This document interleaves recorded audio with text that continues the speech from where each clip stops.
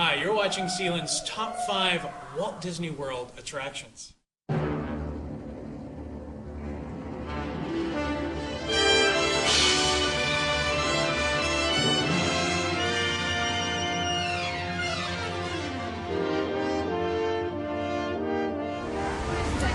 Fruits, vegetables, this is you can't find them in California. Oh wait, guess you can, but you know what's even more impressive?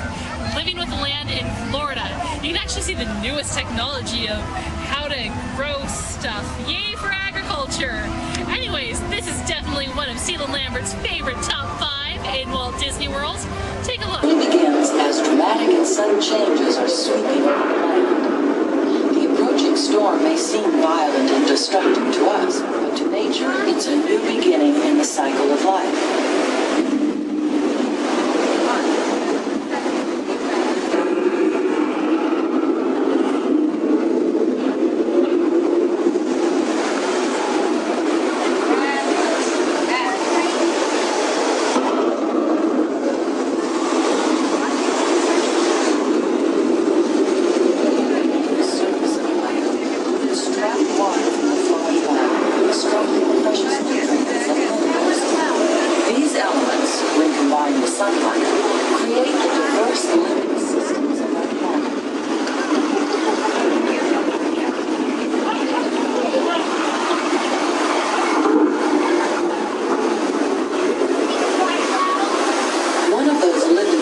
Is the rainforest, home to the most amazing concentration of life on our planet.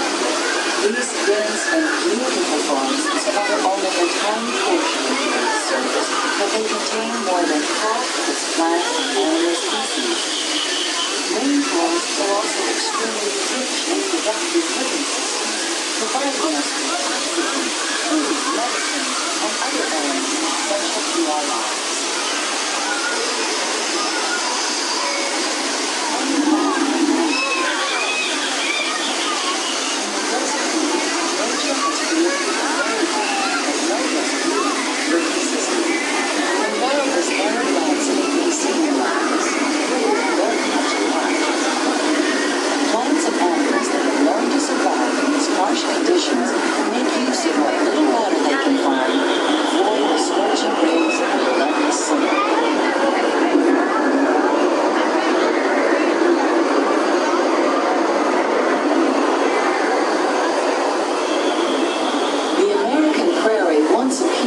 Desolate as the desert, but over time, rainwater and nutrients gradually penetrated the hard surface of this land.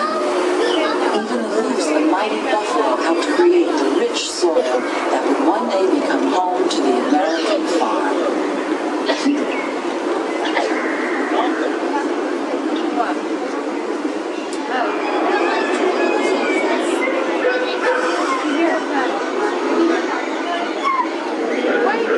Of all the forces at work on the land, humans have had one of the most profound effects. The need to produce food for a growing world led to the enormous use, and sometimes overuse, of the land. In our search for more efficient ways to grow food, we often fail to realize the impact of our methods.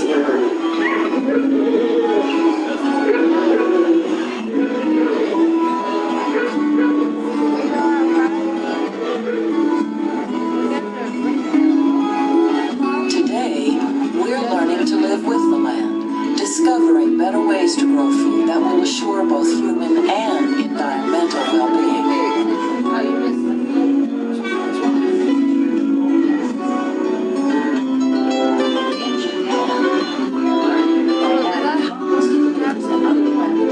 To our soil, we can reduce the need for fertilizers. In farmlands across America, we're learning that by plowing under vegetation containing natural fertilizers, we can enrich the soil without the use of chemicals.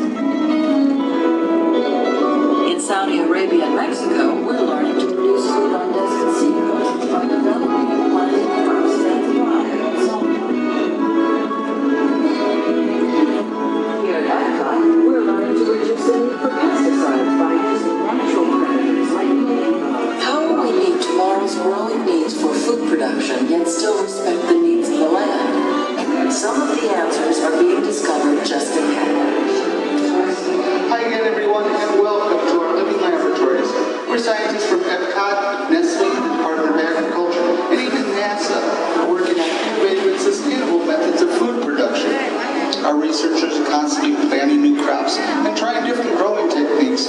So whenever you visit, you always find something new and exciting, along with some of the more popular traditional items, such as those bananas up in the tree there, one of the most common and popular fruits in the world. More than 28 million tons of bananas were eaten last year. They're a great source of potassium and fiber, and a healthy addition to anyone's diet. And here on the left, these large fruits are a native plant of India. Those jackfruits can grow to be up to 80 pounds. They're also a marvelous source of vitamin A and C. And here on the right, these strange-looking plants, fluted pumpkins, grow mainly in Africa. They can survive in even the poorest of soil conditions.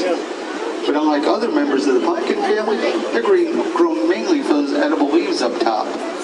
And here, these tall plants are a member of the cactus family. Dragon fruit's native to Mexico and Central America, and now it's also widely grown throughout Asia. They use the juice of the dragon fruit to flavor a lot of popular fruit drinks here in the United States.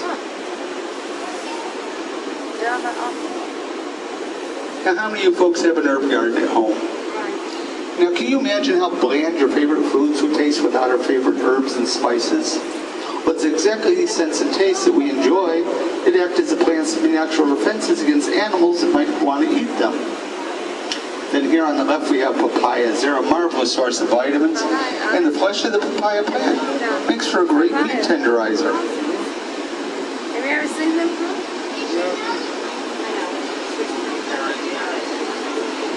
Now, when I mention farming, you probably don't think about fish. But fish farming or aquaculture is actually a great way of increasing stocks, increasing yields, and protecting wild fish stocks. For example, the tabapi here, one of the most popular fish in the world. In Asia, they're raised in rice paddies where the fish waste acts as a natural nutrient for the rice. On both sides of the boat we have sturgeon, one of the oldest species of fish. They're harvested primarily for their caviar, but because of that, they're in danger of being overfished. Aquaculture is a great way of protecting that natural resource. Then here on the right, we have the American alligator. They were once on the endangered species list, but now there are over 1 million in the state of Florida. They're raised on farm cow mainly for their meat and hides. Also released back in the wild for wetland conservation. Now, in the course of the year, we can harvest approximately 6,500 pounds of fish for this aqua farm. And you'll find a lot of it featured on the menus throughout Walt Disney World.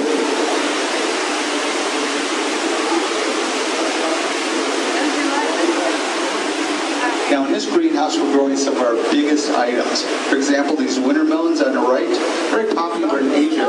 They eat the entire plant. Our scientists have been able to grow some of those winter melons up to 90 pounds using their special growing techniques. Now, 90-pound winter melon, yeah, pretty big, until you get to the Atlantic giant pumpkin. Some of these can grow to be up to 1,000 pounds. Could you imagine what kind of jack-o'-lantern that'd turn into? Oh, and that bright orange color, that's a result of beta-carotene, which is an important antioxidant. And on both sides of the boat are some of the larger members of the citrus family. On the right, the pomelo tastes kind of like a sweet grapefruit. They just harvested the 9-pound lemons. I wish you could have seen them. They were the size of softballs. But they still just taste like a regular lemonade. Now, in this greenhouse, our researchers are using creative techniques when they grow these eggplants and cucumbers. They're growing in what they call a vertical system as opposed to flat on the ground. This allows them to reduce the amount of water and nutrients needed, and also allows for better airflow through the leaves there, and that helps to reduce disease. You could try that. Ma'am, could you pull that little boy back in? Thank you. And also, you could try that same system at home by growing plants on a trellis. Now, on both sides of the boat, we have lettuce growing in something new called a nutrient film technique system. This allows the farmers to give the plants just enough water and nutrients, and then it's recycled back up to the top. It saves the farmers money and protects the environment. Now, we just got in a couple of new tomato trees. Didn't know tomatoes grew on trees, did you? Actually, they're both single plants, specially bred by our scientists to grow and spread like a tree. Last one we had here lasted 16 months, and we harvested over 32,000 tomatoes from that single plant. Then we have the Cinderella pumpkin. You remember that was a model for the coach that she took to the ball? But here our researchers like to play with them too. They kind of grow them with little Mickey ears. You see that don't know if you noticed, they also had some molds on those cucumbers back there too. So when you order a salad, you might actually have a Mickey cucumber slice looking back at you. They say you shouldn't play with your food. Now in this greenhouse, we're using cutting-edge technology to completely change the way we grow crops in the future. You noticed in those greenhouses there's no soil? That's called hydroponics. Works really well in areas where the soil's been depleted. On here, we've kicked it up a whole nother notch. We're using aeroponics. Forget the dirt. Like these squash plants and the kale, those bare roots, they get all the water and nutrients they need sprayed directly on them as they go through those big misting boxes. And in here in the biotech lab, we're working with the Department of Agriculture to develop a dwarf pear tree.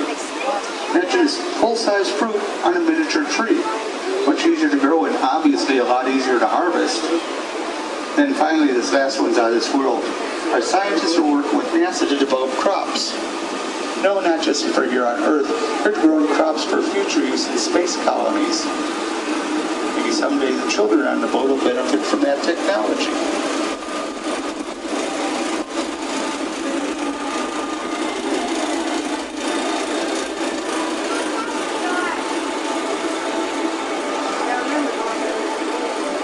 There's obviously so much more we can learn from science and nature about living with the land. After all, these laboratories are just a small part of the story. Because once harvested, the crops need to be handled with care as they make their way from the fields to your tables.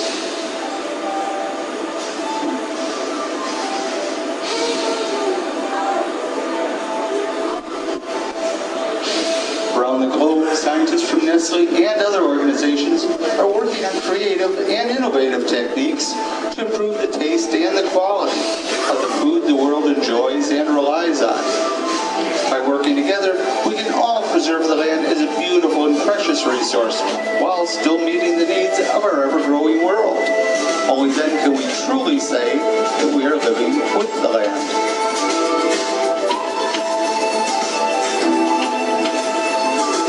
The Walt Disney Company and the Nestle Corporation, I want to thank you folks for letting me share this really unique tour with you. If you'd like a chance to go into the greenhouse like those folks, our researcher will explain all the different plants, how they grow, even some of the techniques you can try at home.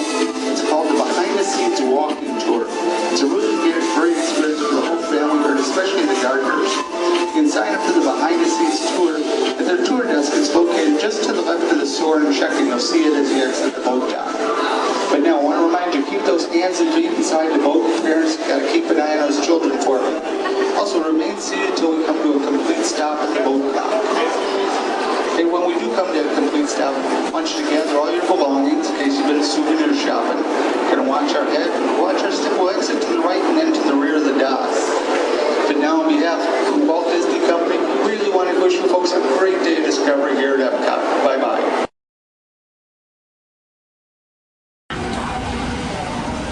I'd like to give a shout out to the main man, Ceylon.